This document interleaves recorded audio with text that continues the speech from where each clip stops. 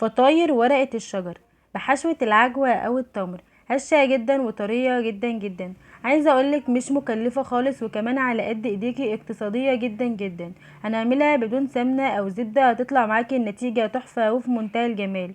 قدميها لاطفالك في اللانش بوكس بتاع المدارس، هينبهروا بيها جدا جدا، غير ان النتيجة بجد في الاخر تحفة. زي ما انت شايفة كده عملنا الجمال والحلاوة دي بمكونات موجودة في كل بيت. يلا نبدأ بسم الله ونصلي على الرسول ونشوف وصفتنا النهاردة قد ايه سهلة وبسيطة.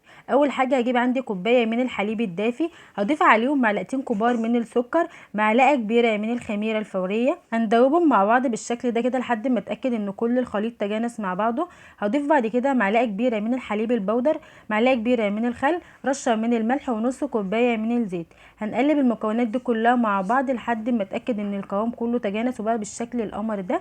هجيب 3 كوبايات ونص من الدقيق، هنزل بيهم مرة واحدة، هضيف عليهم نص معلقة صغيرة من البيكنج باودر زي ما انتوا شايفين كده بسم الله ما شاء الله. وابتدي بقى الم العجينة بالشكل القمر ده كده، هفضل اعجن فيها حوالي 5 دقايق. كل ما تعجني فيها كل ما تديكي طراوة وهيشان للعجينة. عايزة اقولكم بجد تحفة وفي منتهى الجمال. لميتها بالشكل القمر ده كده زي ما انتوا شايفين اهوت، فضلت اعجن فيها لحد ما بدأت تلم معايا. جيت اختبر العجينة بقى بالشكل ده كده، طول ما هي فيها التشققات اللي انتوا شايفينها دي يبقى هي محتاجة تتعجن اكتر. كل ما تعجني فيها تديكي نتيجة وقوام بجد تحفة وفي منتهى الجمال. زي ما انتوا شايفين كده اهو بسم الله ما شاء الله، العجينة ما عادش بيتشق مني ولا اي حاجة، وقد ايه ملمسها طري جدا جدا. بعد كده بقى اغطيها، الجو حر جدا، بسيبها تستريح حوالي ساعة بالظبط. بعد ساعة كانت العجينة اختمرت وبقت بالشكل القمر ده كده وتضاعف حجمها زي ما انتوا شايفين. هبتدي بقى اجيب المفرش بتاعي القمر ده كده، اخد العجينة بتاعتي بقى كده واحاول اهبط التخمير بتاعها شوية بالشكل ده كده زي ما انتوا شايفين. هبتدي افردها رول كده بالشكل القمر ده كده، وبعد ما فردتها رول هبتدي بقى اقطعها بالقطاعه دي كده. حاولي تخلي القطعه بالظبط حجمها 70 جرام زي ما انت شايفه كده. وطبعا لو ما عندكيش ميزان تقدري بالنظر كده تخلي حجم الفطاير كلها قد بعضها زي ما انت شايفه كده اهو بسم الله ما شاء الله.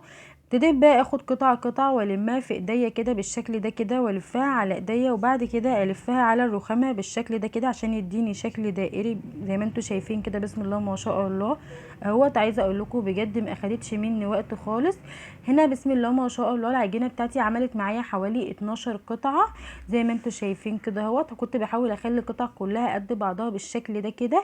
تقدري انت تصغري التقطيعه، تقدري تكبريها، دي بتاعتك انت براحتك، مفيش اي مشكله خالص. هنا كنت خلصت الكميه بتاعتي زي ما انتوا شايفين كده اهو بسم الله ما شاء الله. كل الفطاير بتاعتي ما اخدتش مني وقت خالص. بعد كده بقى جبت باكت من العجوه زي ما انتوا شايفين اهو. عايزه اقول لكم عجوه الجنيد دي بجد تحفه وطعمها بيبقى جميل جدا جدا. اخدت نص الباكت كده وابتديت اهرسه بايديا بالشكل القمر ده كده. بعد كده سيحت معلقه كبيره من السمنه البلدي وابتديت اعجن بيها العجوه بتاعتي بالشكل ده كده. عايزه اقول لكم هي كانت ناشفه جدا جدا وتعبتني جدا جدا، فانا عشان كده اختصرت الموضوع وقمت مسيحه معلقتين من السمنه علشان بيخلوها تبقى طريه شويه معايا واعرف اعجنها بالشكل ده كده واوصلها للنتيجه اللي انتوا شايفينها دي. بعد كده هجيب معلقتين كبار من السمسم زي ما انتوا شايفين كده اهو. وابتديت بقى اخد قطعه من العجوه زي ما انتوا شايفين كده واصبعها رول كده على ايديا بعدد القطع الفطاير الموجوده عندي زي ما انتوا شايفين كده اهوت، بطريقه سهله جدا جدا وبسيطه قوي زي ما انتوا شايفين مفيش فيها اي صعوبه. اخدت قطعه كده من العجوه ولفتها كده على ايديا رول بالشكل القمر ده كده اهو زي ما انتوا شايفين. عملت بسم الله ما شاء الله نص الباكت حوالي يعني هو 500 جرام. اخدت نص الباكت حوالي بالظبط ربع كيلو عجوه، يعني مش مكلفه خالص خالص ومش هتكلفك كتير. وعايزه اقول لك كمان بسم الله ما شاء الله كانت قطعه العجوه دي كبيره على الفطار بتاعتنا، يعني كانت مليانه اصلا. زي ما انتوا شايفين صبعت العجوه بتاعتي بالشكل القمر ده كده اهو. عايزه اقول لك ان انا بربع كيلو عجوه عملت بسم الله ما شاء الله 12 قطعه عجوه على قد ال 12 قطعه من الفطاير كبار بالشكل القمر ده كده.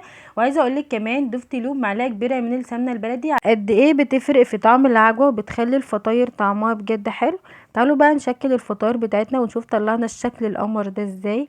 اجيب اول قطعه عملتها بالشكل ده كده واقوم فرداها، عايزه اقولك بشكل بيضاوي كده زي ما انتوا شايفين اهو. وهبتدي افرد عليها قطعه من العجوه زي ما انتوا شايفين كده اهو بطولها كده. بعد كده بقى هبتدي الم الطرف ده على الطرف ده واحاول اقفله كويس جدا علشان اثناء الخبز ما تفتحش مني ولا اي حاجه، زي ما انتوا شايفين كده. واتاكد ان قفلت كويس جدا. هاتني بقى الطرف ده على الطرف ده كده بالشكل ده اهو، حاولي تساوي الطرفين بالشكل ده كده زي ما انتوا شايفين. هبتدي بقى اشكل، عايزه اقول لكم بكل سهوله جدا جدا. هجيب بقى المقص وابتدي بقى اقص العجينه بتاعتي من الطرف ده والطرف ده كده. افضل اقص الاطراف بقى زي ما انت شايفه كده لحد ما يديني الشكل ورقه الشجر اللي احنا عارفينه اهوت. بسم الله ما شاء الله، ما فيش اسهل ولا اجمل من كده. تعالوا نعمل مع بعض واحده كمان. فردت الفطيره بتاعتي بالشكل ده كده، شكل بيضاوي. وبعد ما فردتها هجيب قطعه من العجوه اللي احنا مشكلينها مع بعض وابتدي ابططها طبعا كويس جدا جدا، واحطها على العجينه بالطول كده زي ما انتوا شايفين اهو. وابتدي اقفلها كويس جدا جدا وبططها نص تبطيطه زي ما انتوا شايفين كده اهوت. بعد كده هجيب المقص وابتدي اقطعها بالشكل ده كده اهو زي ما انتوا شايفين من الطرف ده مرتين كده اهوت. زي ما انتوا شايفين التشكيل سهل جدا جدا وبسيط قوي، ما اخدش مني وقت خالص. زي ما انتوا شايفين بسم الله ما شاء الله قد ايه طالعه جميله جدا جدا وشكلها بجد تحفه. هنسيبها طبعا تستريح حوالي ساعه كمان بالشكل ده كده اهوت زي ما انتوا شايفين. هنغطيها وبعد الساعه بالظبط هيكون ده شكلها كده بعد الخمر اهوت. هجيب بقى نص كوبايه من الحليب هنا بقى، عشان طبعا احنا عاملينها اقتصاديه ومش مكلفه خالص خالص. هدهن في وش الفطاير بتاعتي بحليب بس كده، ولا صفار بيض بقى ولا اي حاجه خالص، مش هنكلف طبعا زي ما انتوا شايفين كده اهوت. هبتدي بقى اجيب كده نص كوبايه من الحليب وابتدي بقى ادهن وش الفطاير بتاعتي بالشكل ده كده علشان يديني شكل قمر زي ما انتوا شايفين كده اهوت. بسم الله ما شاء الله تحفه بجد وفي منتهى الجمال. بعد بقى ما دهنت الفطاير بتاعتنا دي كده هبتدي بقى ادخلها الفرن على الرف اللي تحت، تبتدي تاخد لون من تحت. واول ما تحمر من تحت هشغلها الشوايه تبتدي تاخد لون من فوق. هتقعد في الفرن حوالي 10 دقايق. واهم خطوه طبعا علشان اضمن ان المخبوزات بتاعتي تفضل محتفظه بطراوتها، اول ما تطلع هبخ عليها شويه كده من الميه ببخاخه طبعا. وبعد كده هبتدي اغطيها بقى علشان اضمن ان المخبوزات بتاعتي تفضل محتفظه بطراوتها زي ما انتوا شايفين كده. بسم الله ما شاء الله طالعه بجد في منتهى الجمال. عايزه اقول لك ريحتها بجد كانت حلوه جدا جدا، وقد ايه معلقه السمنه البلدي اللي احنا حاطيناها في العجوه فارقه في ريحتها وفي طعمها بجد زي ما انتوا شايفين كده اهوت. بسم الله ما شاء الله مش مكلفه خالص واقتصاديه جدا جدا، غير ان شكلها بجد حلو جدا. ولادك هيفرحوا بيها قوي قوي.